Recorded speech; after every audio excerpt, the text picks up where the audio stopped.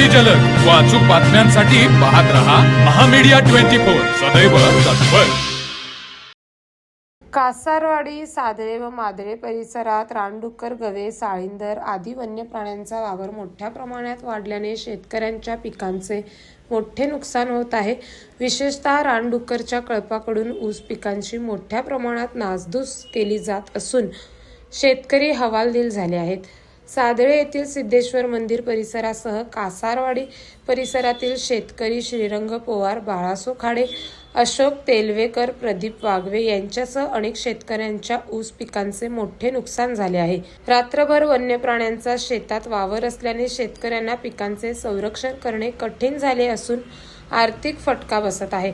परिसरात गवे, रानडुक्कर, साळींदर यांसारख्या वन्य प्राण्यांचा वावर दिवसेंदिवस वाढत असल्याने शेती करणे अवघड बनले आहे।